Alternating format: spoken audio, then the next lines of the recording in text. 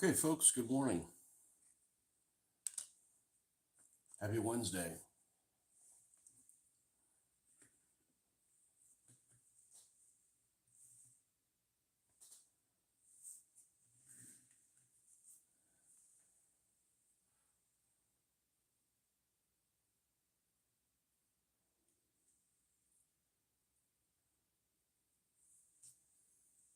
Let's cut this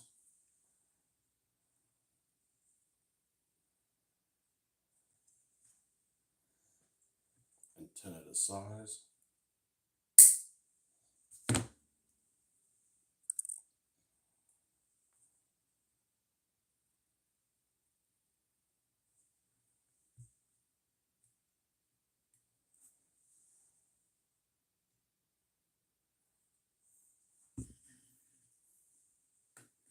And let's go ahead and glue it in its place after we file it down here.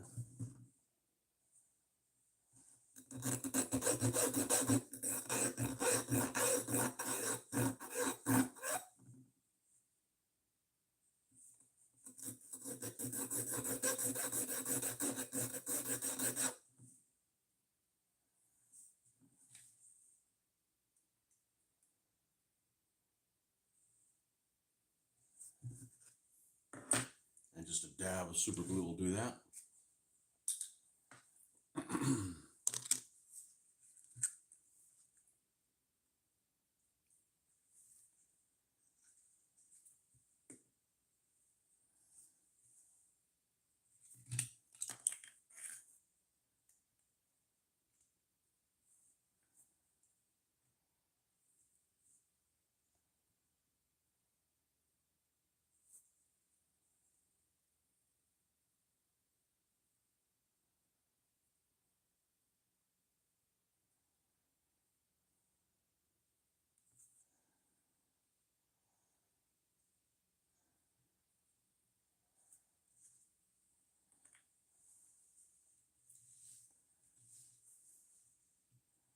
The deeper you make this hole, the better off you are, because that will support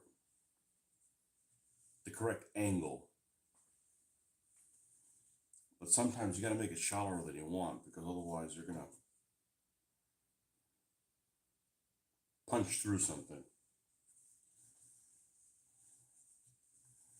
That's about where it needs to be.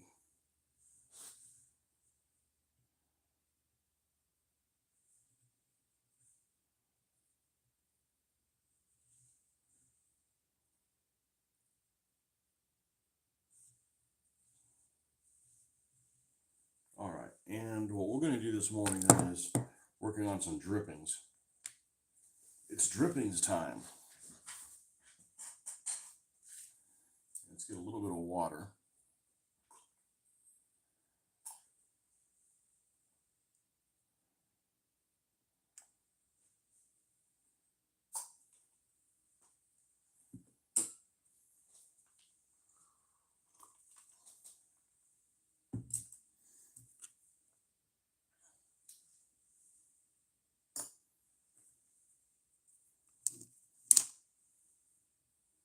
And the three, I'm going to call them three gels. Not really gels, but they're gel-like. And that's the soft tone, the light tone, and the mid-brown.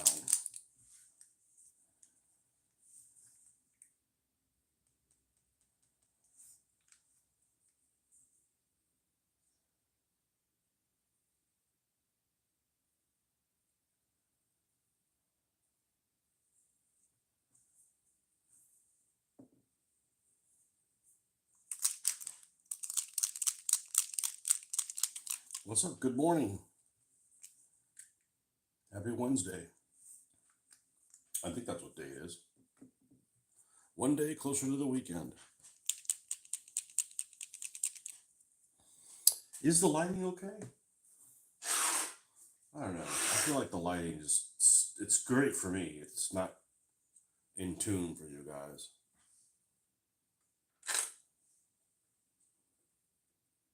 Needs to be coming in from this other end. If I move this, it's in my way over here, so. The other gaming table at the other house, the other painting table, it had the light coming in from the back.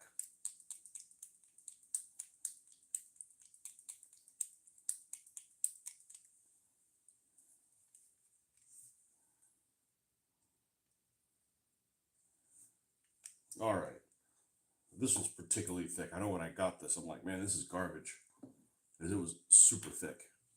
But these things can be reduced with water really well. They behave really well with being reduced with water. So we're just going to do kind of a little bit of a blend here. I don't necessarily have a method of how I do these. Just kind of roll with it. And we're going to put some oxidation here on any of these places where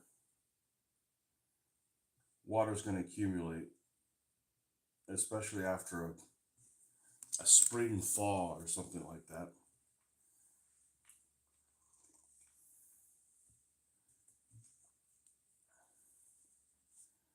And hinges and things like that, where there's hinges, rust will find a way.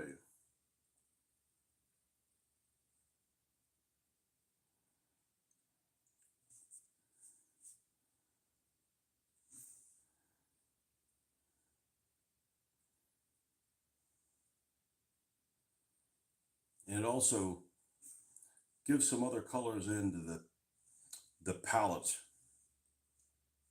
that aren't green or white.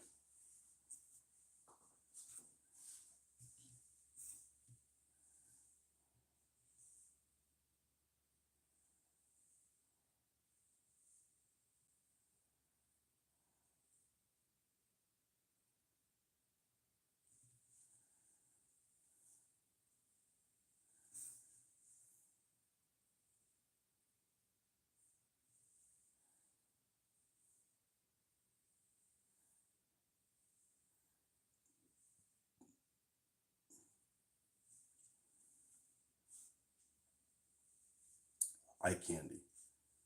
I never really understood. I never really used the word eye candy until I start doing stuff like this, and it really does. It gives you things for your eye to go, that looks tasty.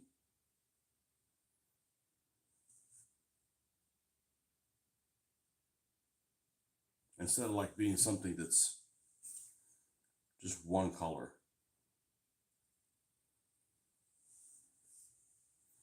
Like, I bet eye candy did not exist when they were only making black and white movies.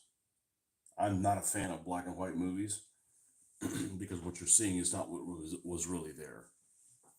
They filmed it in color. Well, it was happening in color. There's a guy that a long time ago, when I was on the miniatures page in the early 2000s, he had painted a bunch of World War II troops. Might have been tanks as well. And he painted them all in black and white. So he did like shades of gray. And it was really well done, but it was also a missed opportunity because, well, you could just take a photo now and just turn it black and white. But, the reason to paint World War II stuff is because to give it some color. At least for me, I can't stand black and white footage.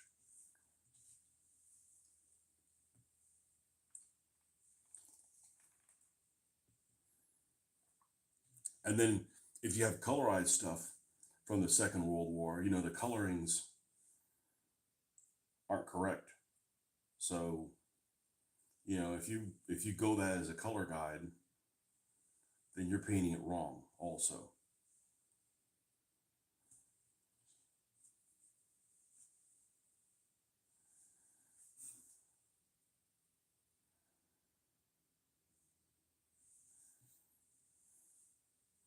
Well, we're going to get up and close with some World War II vehicles this weekend. Supposedly, that's what's going to happen. We've got a. I went to their website and they said they're going to have some vehicles at this reenactment, including live fire and stuff. Obviously, not real ammunition. Sorry about your house. But I've actually never seen World War II vehicles in person moving. So I just kind of I found out kind of on a whim that this was happening. And we're going to do boring. Well, go somewhere else.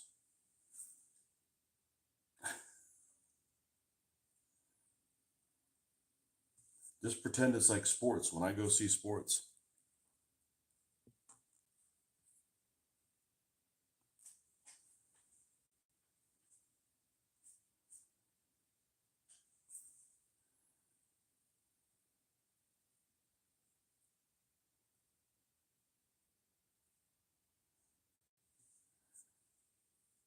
Yeah, you can vary the coloration here a lot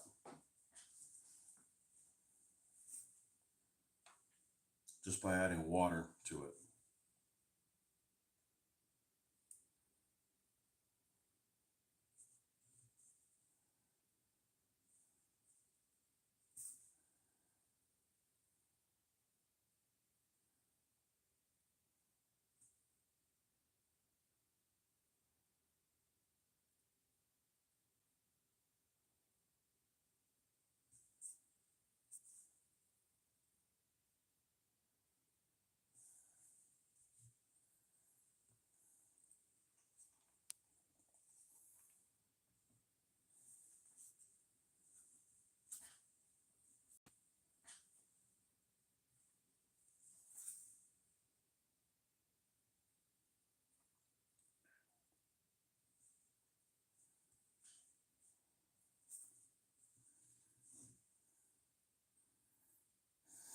And then after we're done with this T-34, I'm not sure what we're going to do next.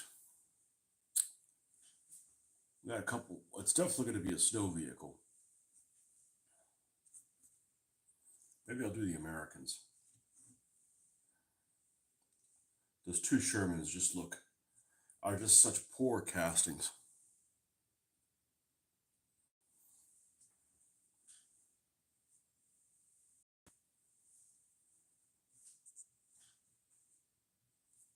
Do I have an OnlyFans for this?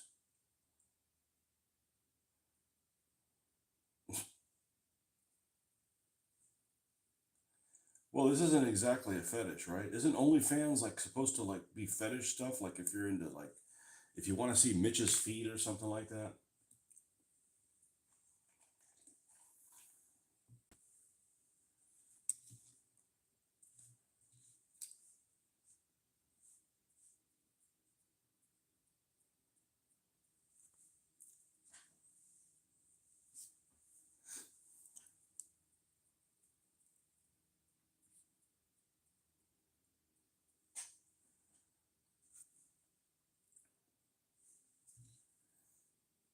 You got the strange cats out this morning. People trying to get a rise out of you.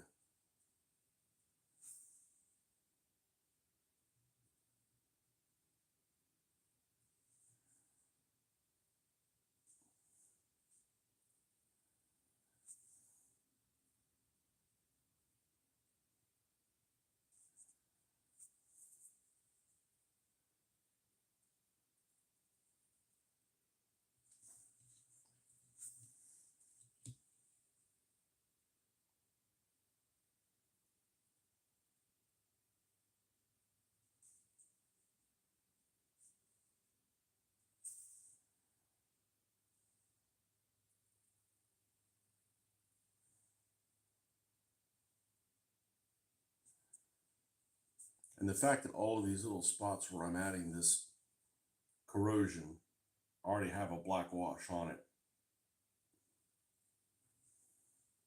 makes it also a little darker.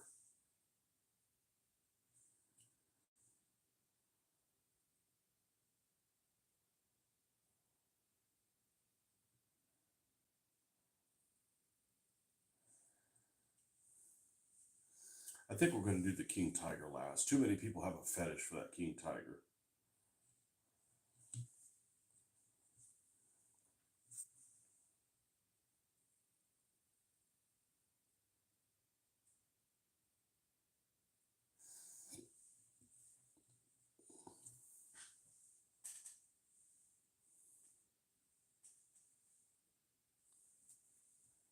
Comment from nobody. Does anybody really know how the algorithms work? Here's the shame about this, okay? I was filming for many years with my computer. I use the computer's camera, and because it is a home line and not a mobile line, I have better resolution. But the algorithms, it just doesn't get spit out to a bunch of people. This doesn't get spit out to nobody. Wouldn't have even checked this out, probably wouldn't have even been suggested to him or her, you know. Um, so I don't do the likes really matter that much? I thought the subscription mattered more. But anyways, these live vertical feeds now get suggested. The way I understand is as and it was actually by accident. I was filming some airbrushing, and I was doing it vertical, and all of a sudden I look up and there's like 50 people online, and I'm like, why are there 50 people watching this now that it's in crummy resolution? You live in Australia. I know. I interact with a lot of people from Australia, actually. I This one guy that I know used to come to shows here in the United States a lot. He's from Australia. I know him pretty well, and or I think I know him pretty well. I've interacted with him several times. I said, "Why is it that everybody from Australia is really nice?" And he says, "Oh, we have our share of arseholes." And then I interacted with one of them. And I said, "Yep, I found him. I found the one Australia's a dickhead. I'd smoke you in a bench press in a fight. Yeah, too bad it's a painting contest, so you lose, dude. Besides, I don't smoke."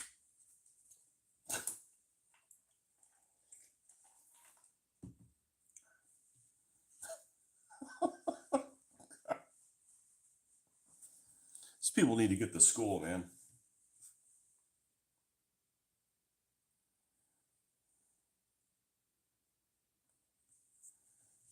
Go mess with somebody with blue hair. Leave me alone.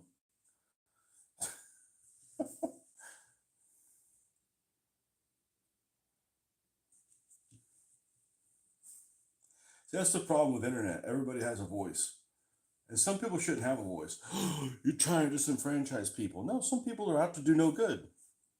Some people are like, truly like nobody should hear what they have to say. I don't necessarily mean that guy. I mean just some folks in general. Deranged folks. The internet gives them an audience. And they're out to do, bad deeds. Not me. I'm showing you how to make something look beautiful. Well, something make something look rusty and beautiful. I'm just I'm just shooting the shit here while I'm doing this. So I stay on task.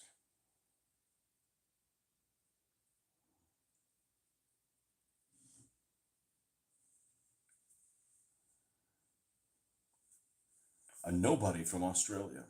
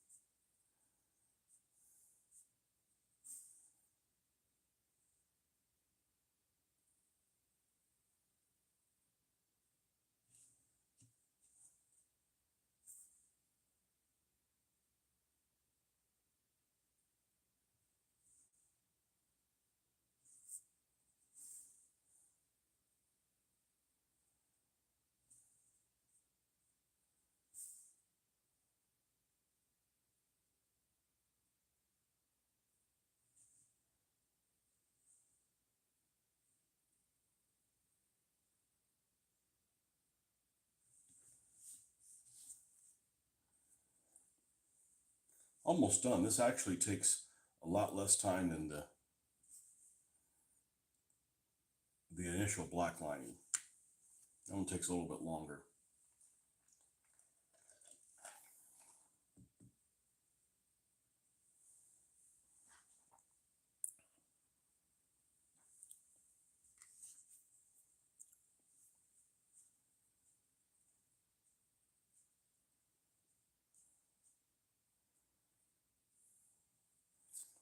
Yeah, I do what I do, and if you like it, that's cool, and if you don't, well, that's cool too. There's lots of stuff I see on the internet I don't like. I'm wondering, why would anybody watch this?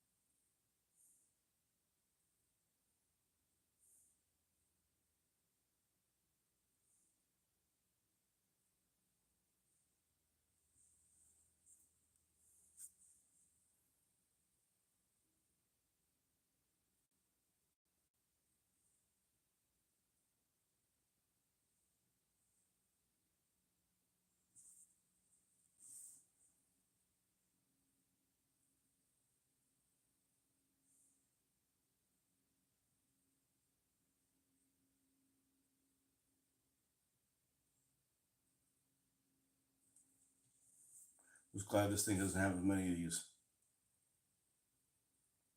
rivets as a check, one of the Czech 38s. Those just had chock full of rivets, and I think the Czech 35 has even more rivets than a 38. We'll find out soon enough when we make one of those.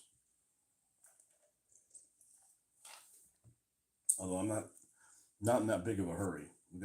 We got plenty of things to work on that I only already own.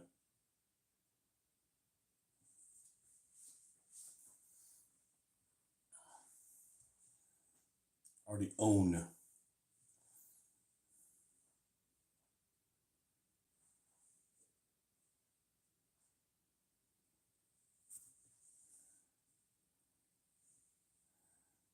we got some things over here that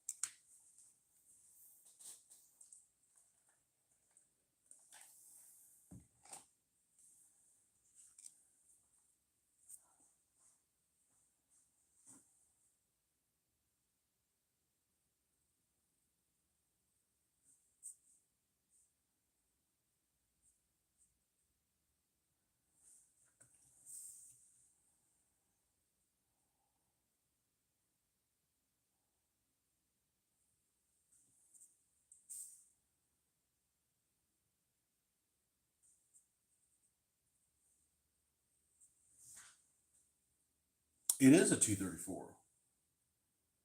Good job, Harvey. Although you can't see it worth a damn. Let's see if we can adjust the light here. I know we're looking into the light, but that's just where the camera needs to be for.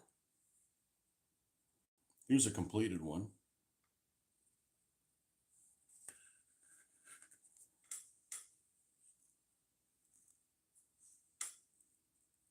And here's the one I'm working on now. It's the same body. It's an ESCI old model. But I get a kick out of I get a kick out of painting things that most people go, it's just an old piece of shit. Right? I mean, something that's beautiful is easy. And also, you know, I've come across many of these things really cheaply because you always got people that are like chasing the latest thing. Like, oh, they have this new model. Oh, I gotta build it, you know. They don't want this yesteryear's things, but man, some of yesteryear's stuff can look okay. This thing actually has a fair amount of detail. Other than these rubber tracks that aren't worth a shit, but I'm just gonna move forward. It is what it is. You know, do the best you can with what you have and move on. I'm not one of those people that's like, oh, let's buy a $30 set of working tracks to fix this. Like, no, no, it's just tracks. I'm not a track nut. Like, got to make sure that it has the right prongs. I'm like, I'm going to use whatever track it comes with the thing. It's going to be on a stand anyways. This little gap, you won't see that anyways. It won't look as good as this one, but that was a separate link piece of track. That the bottom of that one is actually an AER T34, although it looks like they ripped off the same mold. They look awfully similar. But both of these are models I've had a very long time.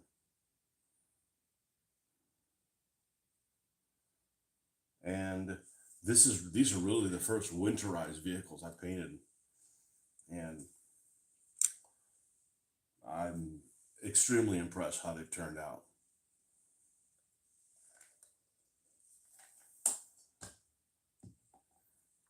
And they're not super white on purpose, you know, because it's water-based paint. So all you need to do is get a couple snows in there that melt off, and it's going to melt this color off. So, um,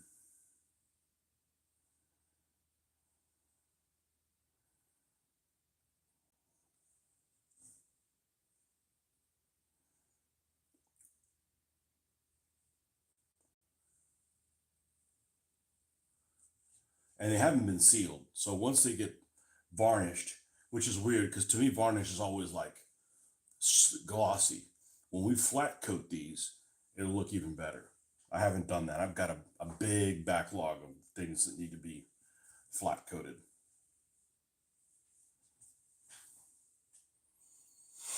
Do you paint any Warhammer? No, I don't. I don't do anything in that scale. I never have. Um,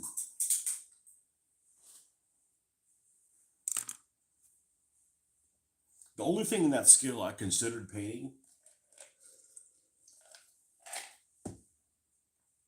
only because I think it would be interesting, would be hero clicks. I thought about painting some hero clicks, not the ones I have, but there's this one store in Jacksonville that sells them individually, like $1 a piece. But I feel like I'd have to strip them and then repaint them. I'm not into superheroes, but I think that would probably be pretty cool to do a couple of them. Thought about buying a cheap one and doing that, but that just means I'm not painting this, and you know this is what keeps me going. If I want to paint something different, I'd go back to painting the dinosaurs. I got a Stegosaurus that toy that I painted, that I repainted. It turned out pretty well, considering that was my first iteration of that. I got a couple of other dinosaurs as well. That they came like in a 3-pack. So like I got an Ankylosaurus, and I got one that's like a Ankylosaurus but with spikes. I don't know that which one that one is. But when I was on a whim, I'm like, I want to do a dinosaur fight game. And I still may do that at some point, but man, the vegetation, that's a lot of vegetation work. But anyways, I've never I'm not a Warhammer painter. But the way I painted my figures was with a Warhammer painting guide in the mid 90s. So I do prime everything black. I don't know if they still do that. They may have changed their ways, but I haven't changed my ways. I prime everything in black, including vehicles. First thing I do is I spray this entire thing black, and then just work up from there. I don't know if that's the official way to sanctioned way to play that, to paint that.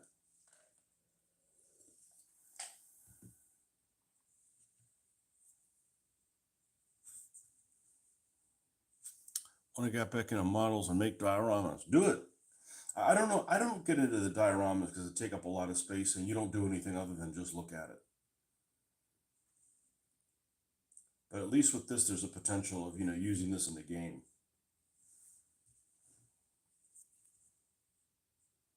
But that's not my big motivator. This is just having a great experience in the morning before you go to work and not have such a good experience.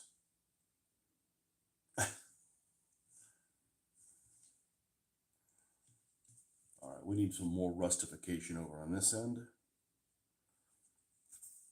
And this rust thing, I'm sure there's other people that do this, but I don't know if they use this product, but I think this product works pretty well. Army Painter Quick Shades. And it's water friendly. You can thin it with water, you can clean the brushes with water. It doesn't destroy your brushes. You don't have to clear coat the whole thing before you do this. I don't like steps that basically don't mean anything. They're just busy work. And I feel like clear coating your model is one of them. Before the end. At the end, it's important, but it is relaxing. All right, man. Thanks for stopping by. You too, man. Have a good one.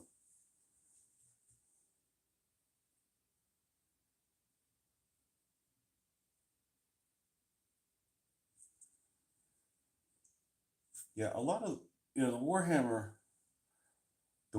models are well done. I just don't really care for worrying about their lore. Their storyline doesn't captivate me. And that company has this thing where they discontinue what they're doing after they get you involved in buying stuff. And then the next thing they go, we're not going to do that anymore. You need to do it like this.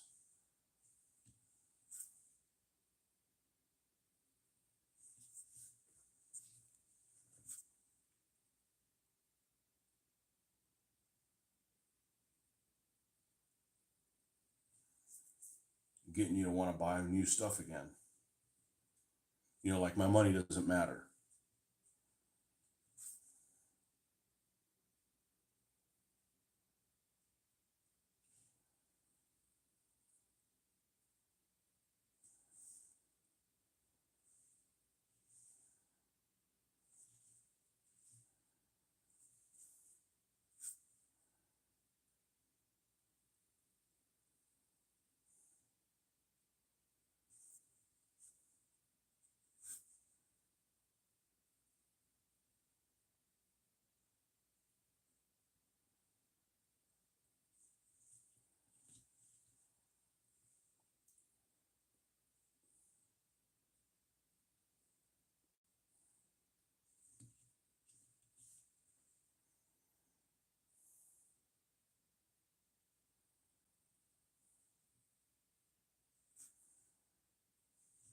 All right, let's go ahead and let's get a little bit more of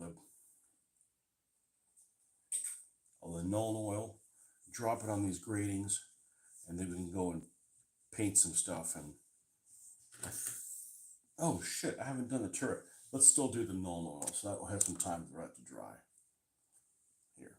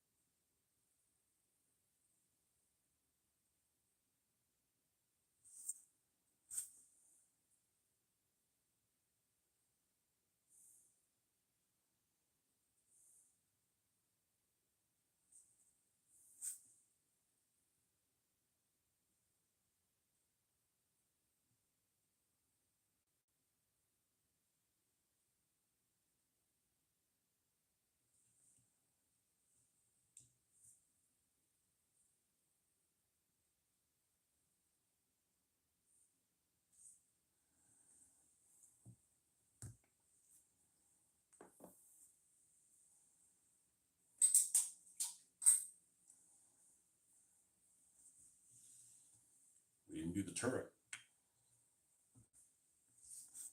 Go ahead and mount this on here. Oh, that's not it. There we go.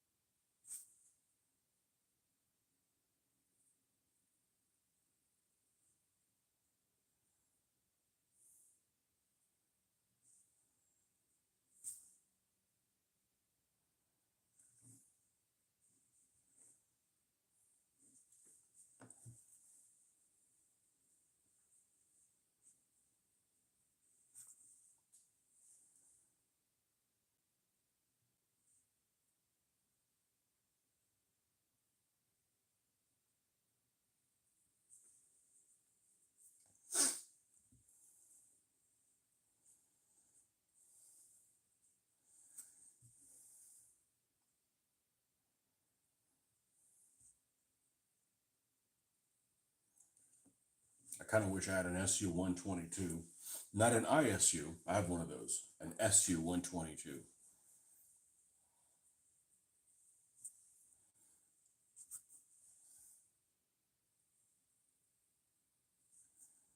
And I still have a batch T-34s left to do.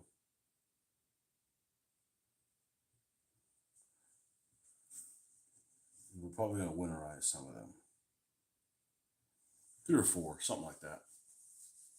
These are really, really late. These are really late 43, early 44. I'm talking about like Stalingrad period T-34s.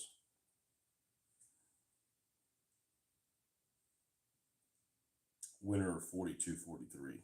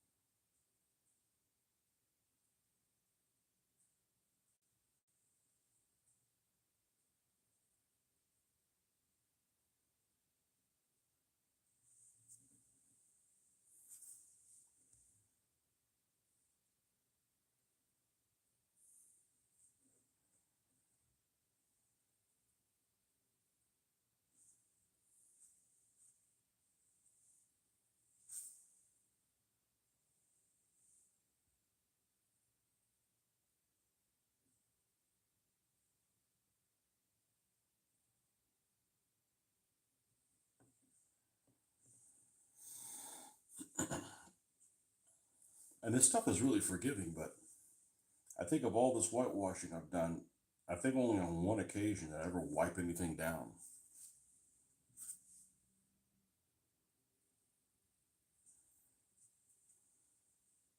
I'm just putting it right down where I want it to.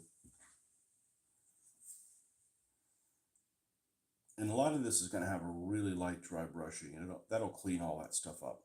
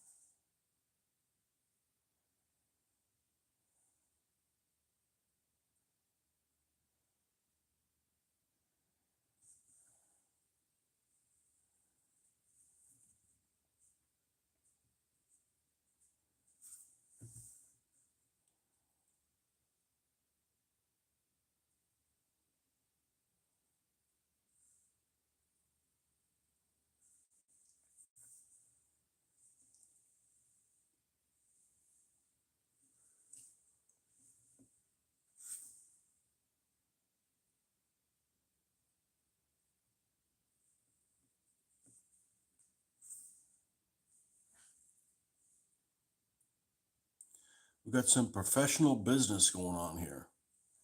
Well,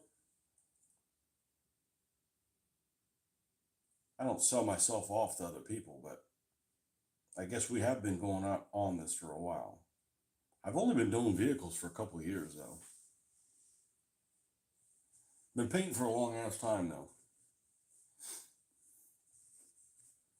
And sometimes when you try things for the first time, the experience kicks in. Like, I did my first horse in 2005, and, it wasn't like I was new to painting, but I'd just never done a horse before. And that's when experience really helps, is you can kick things out of the park on the first try. Thanks, man. I appreciate you. And it'd look a lot better if the lighting wasn't, if you weren't looking into the light. And they're relatively old models. And it's easy to do, it just takes time. None of this is toxic, or I'm just going to scoop some of this out of the top. Try to avoid opening this, and these lids aren't the best. You always get paint on yourself. You got to stop what you're doing. And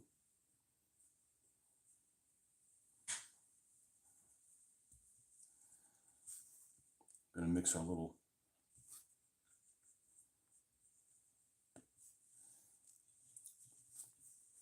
black color here. Let's paint the end of the machine gun. The machine gun actually fits through like this armored shroud on the 234s.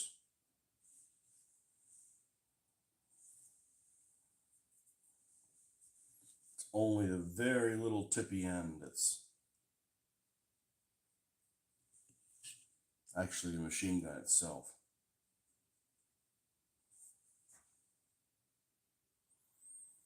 You weren't even born in 2005. You're younger than my daughter then. Well, I started doing this about 1985.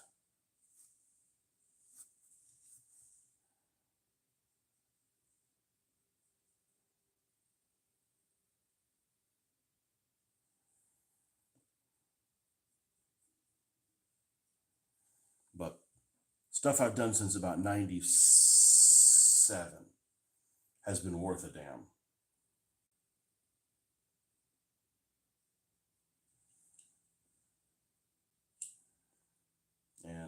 The internet just speeds everything up. We're not all trying to invent the wheel. You're like, man, that looks pretty good. What'd you do? So you get that person's ideas and you move forward with it instead of everybody trying to come up with the same thing.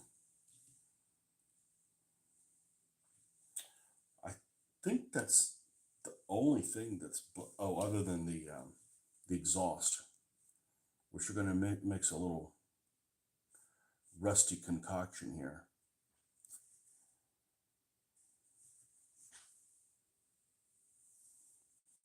You love war stuff. I do too, as long as I'm interested in the war. I don't like modern things; it just don't interest me. Um, but yeah, World War II stuff, absolutely.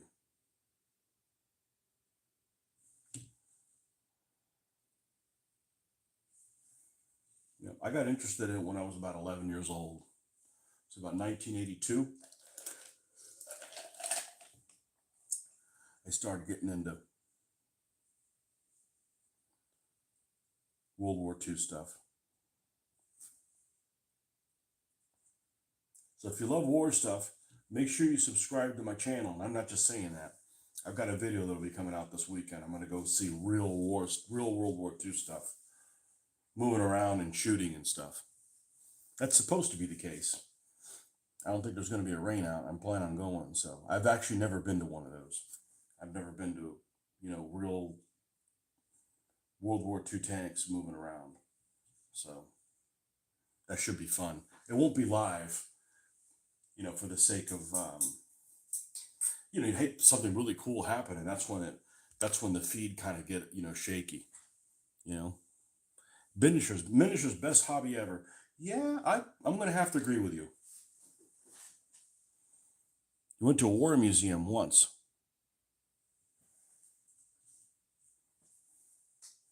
Oh, the headlamp. We can't forget the headlamp. The happy little headlamp. Another thing that I hated painting until you get the until you figure it out and you're like, oh, I love painting it now. Like figures. I used to hate painting figures. I don't know. I can't make a face look good. And then you figure out how to do it, and they're like, oh man, bring on the faces. When you do something and you can do it well, it's like empowering. It makes you want to do it more. When that's not the case, you're like, man, get away from me. You're bringing me down. Good morning, Justin. Man, slept in a little bit. I know you got other things to do. Hey, I appreciate people when they can come hang when they can.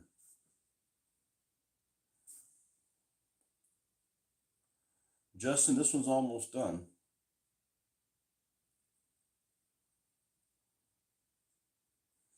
Matter of fact, I'm pretty sure I'll be able to get it done today before I go to work. So the headlamp, what I'm really happy with, paint the whole thing dark gray, and then come in with like a smiley face towards the bottom in a lighter gray. No eyes, just the mouth, almost a bit like a Cheshire cat mouth, and then lighten that up a little bit.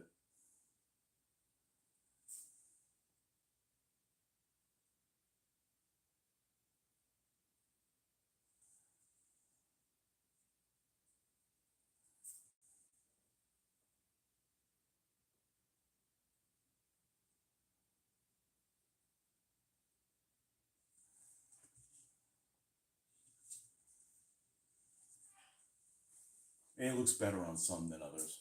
I got some. I think the Opal Blitz trucks that I did turned out probably the best.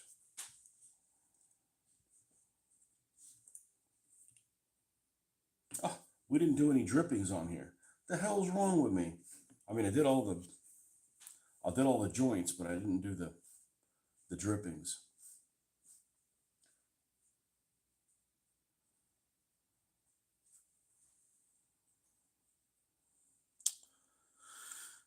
It's nighttime for me. All right, man. Have a good sleep. Do I prefer? I always prime black. Always, always, always, always, always, always. Did I mention always prime black? Yeah, always prime black. That's what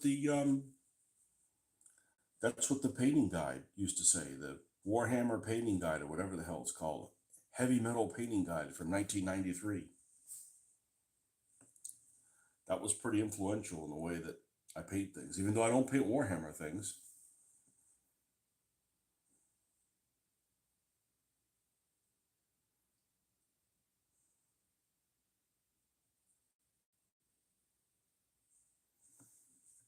Always prime black. Because if I miss a spot, I miss it because it's some dark little crevice. And what color should a dark little crevice be? Really, really dark. So, freebie.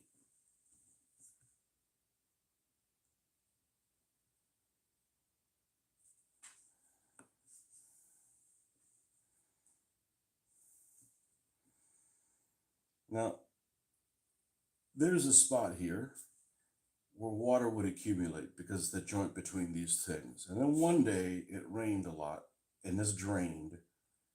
And then down here,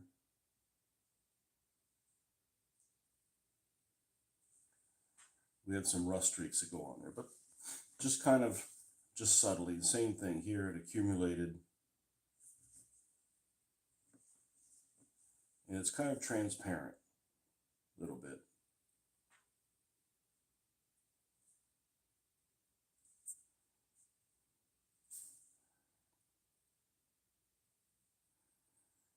And I know some people that, they prime in brown if they're doing this. If they prime in this, I'm like, I'm consistent.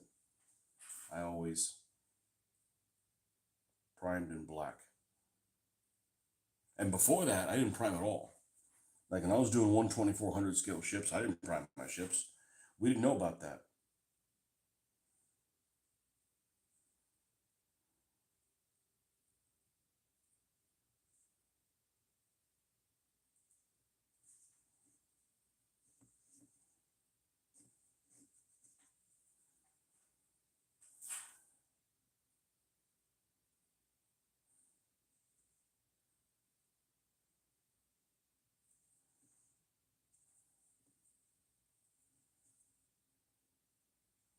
I remember there was one article that I saw on the GHQ used to send this thing out, I think quarterly in the mail.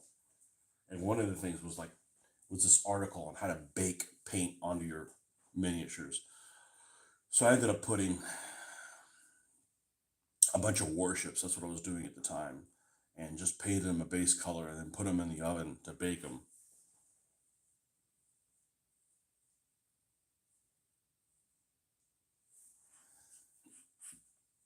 And I did that for a couple of years, and then realized, what am I doing? what am I doing with this?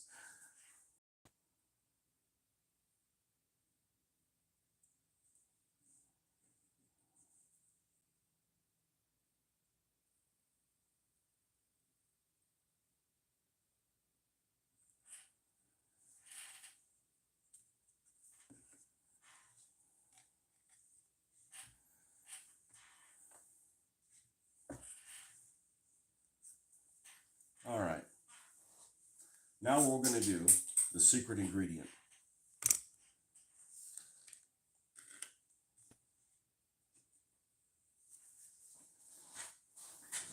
I'm going to go ahead and use this over here.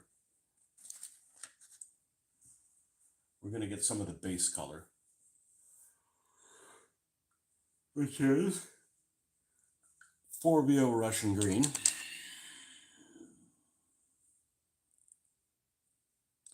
The only time you've used the oven in anger, that's pretty close to it. If I'm going to heat something up, it's not going to be in the oven, Jeffrey.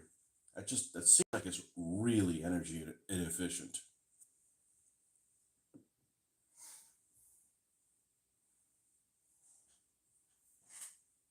But back then, the only way you learn how to do stuff, back then I'm talking like the early 90s, the only time you ever heard about doing something is if you tried it yourself by trial and error.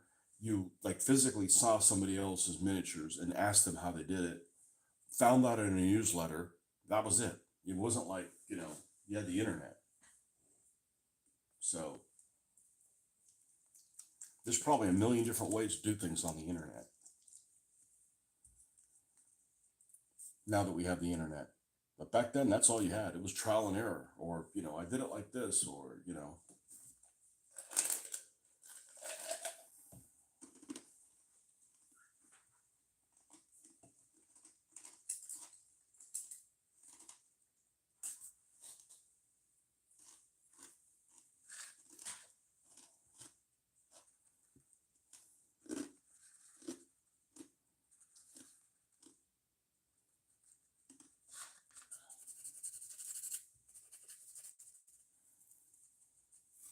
No, you know what?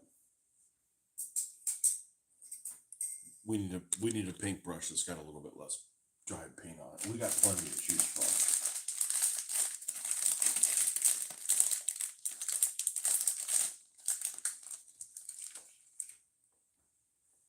We'll use this one.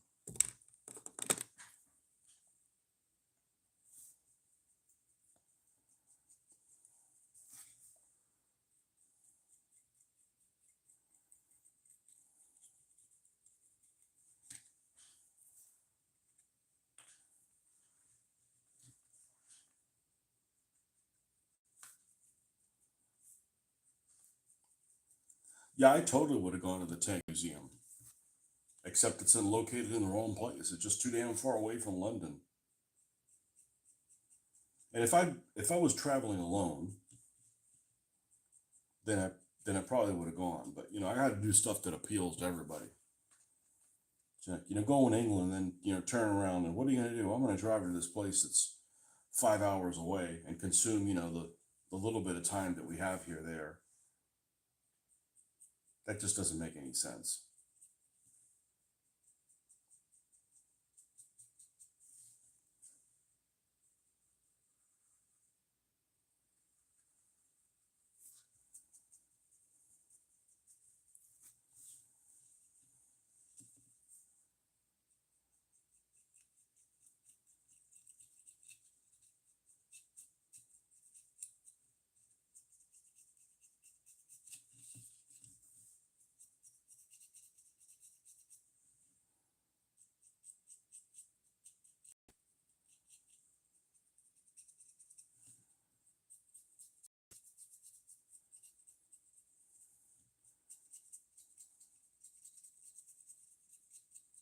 Or get on the tube, land in Heathrow, and get on the tube and go to Hannon's.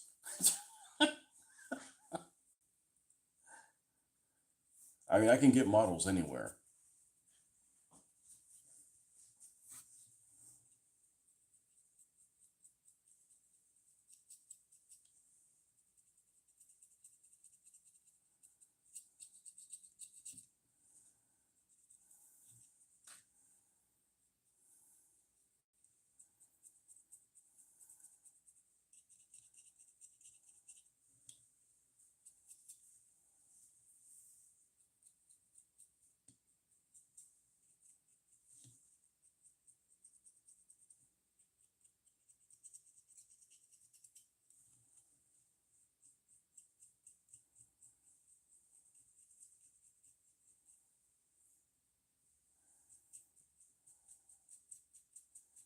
Just really, really lightly on this.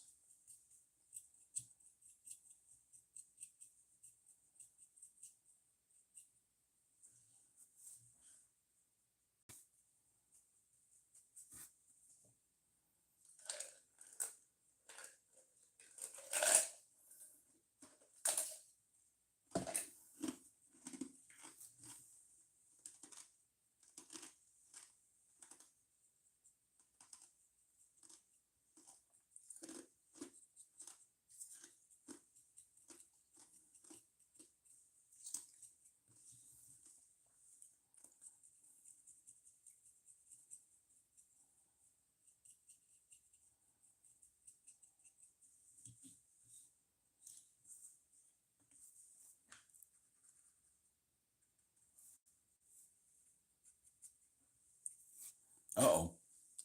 You're currently working your way through 1990s back issues of Battlefleet, Naval Wargame Society, and there's a lot of how-to and info required articles. That's how we rolled back then. Yeah, we all did, you know?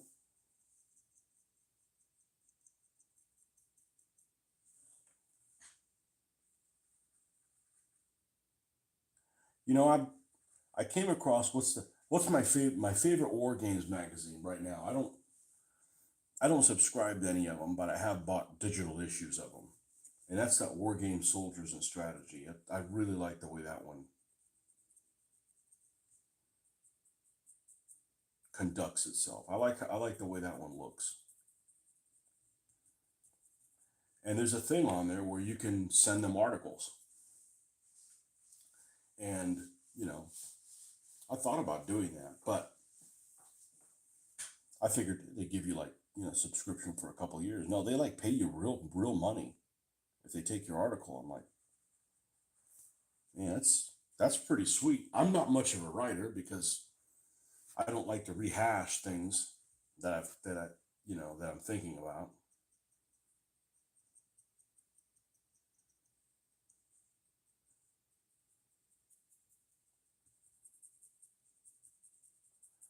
But one thing that turned me off about that is that you give them the right to modify or edit what you wrote. And I don't really like that. It'd be like if you filmed a movie and they decide to edit all the stuff you like the most and keep the stuff you like the least.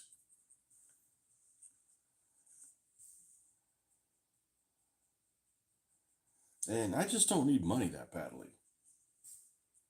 I don't think I need money that badly. Let's put it that way. For it to cause frustration.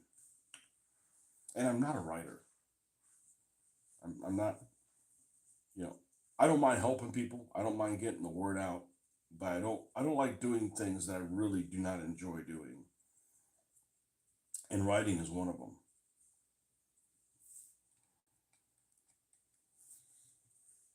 It seems like a chore.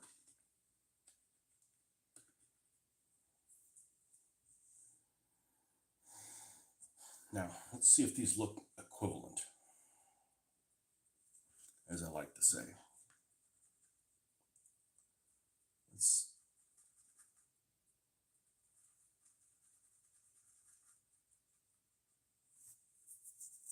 but some people do like to write. Like I was doing, I was doing the stuff that I had added to my WordPress site, for my painted miniatures. And I realized I can't see on here who's watched it. People don't comment. I'm wondering, am I wasting my time doing this? And if it's something like this show, then I'm primarily doing it for me. I don't mind. But if I'm like posting like pictures of miniatures that I've already painted and talk about who makes this manufacturer or why I picked this pose and stuff, that's not for me. That's for everybody else. And if I'm not getting the gratification that it's doing somebody some good, why am I doing this? It's just busy work and it's keeping me from doing other things. Off to work. All right, man. Have a good one. We got inventory coming up in a couple days.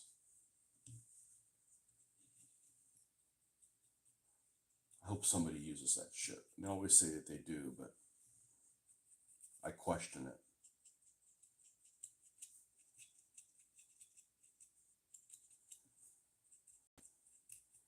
I'm so opposed to busy work.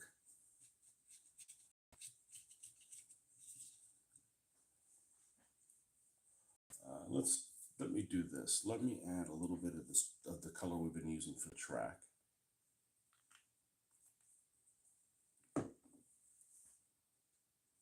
There's real things we could be doing instead of just stuff to keep me busy. I can keep me busy. Let me stay at home and let me paint.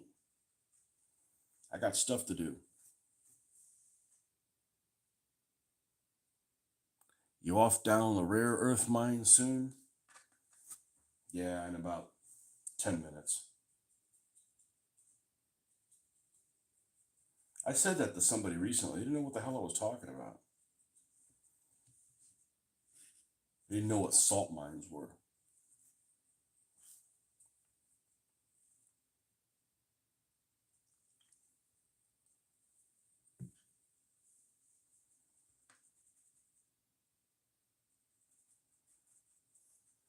It's probably one of these new age people that works in one of these offices, if they work in the offices, that one of these, my wife calls a Google office, where everybody's in one big room and people have beanbag chairs and they bring their hacky sacks and knit hats and shit like that, and all sing Kumbaya, and they go through all the actions of going to work but don't do anything. They say, "Oh, we went out to dinner and we stayed there till midnight." I'm like, "Yeah, you're not really fucking working. You're just hanging out, man. Go kick some ass, accomplish something, and then go home and work on what you really want to work on." Google Office. Everybody's listening. I don't understand how people can do their job and like listen into like music. Like, I can't do that. I'd make so many freaking mistakes. It would be really unpleasurable.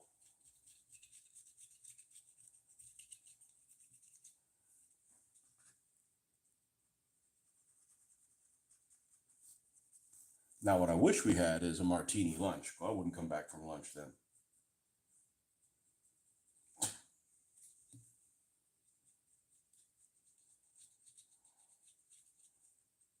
Where are you off to? I'm off to lunch with Tom Collins. Yeah, baby. Bring it.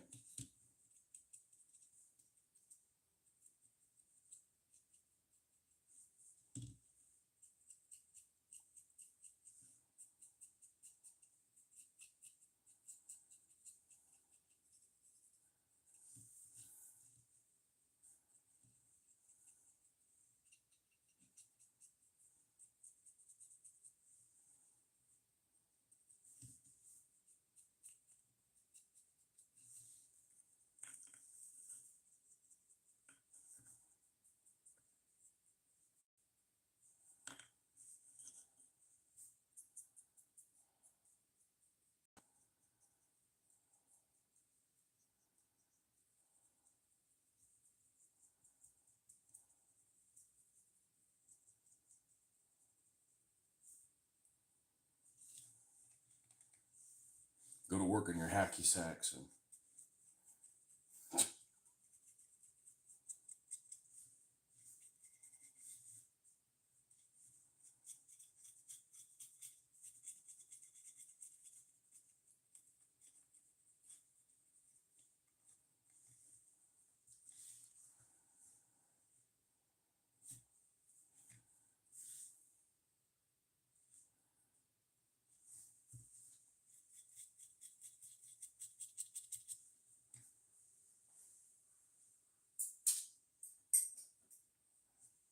all right, let's see how we're doing here.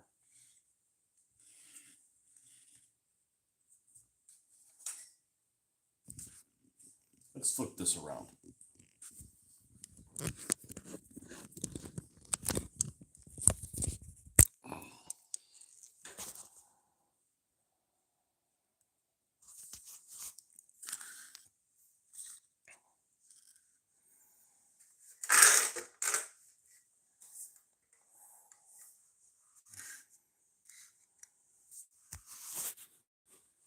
Orientation didn't like that, huh?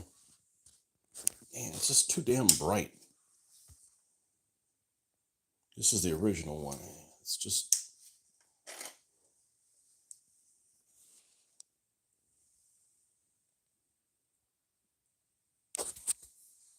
Here's the other one.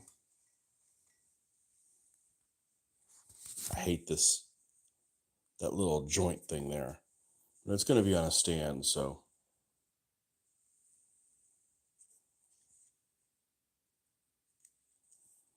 Not bad for a kit that's almost as old as I am. But I prefer these to.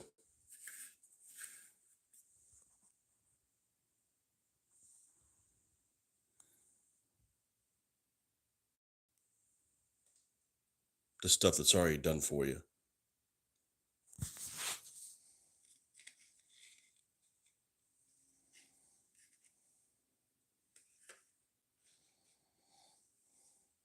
So the top is the same on both of them.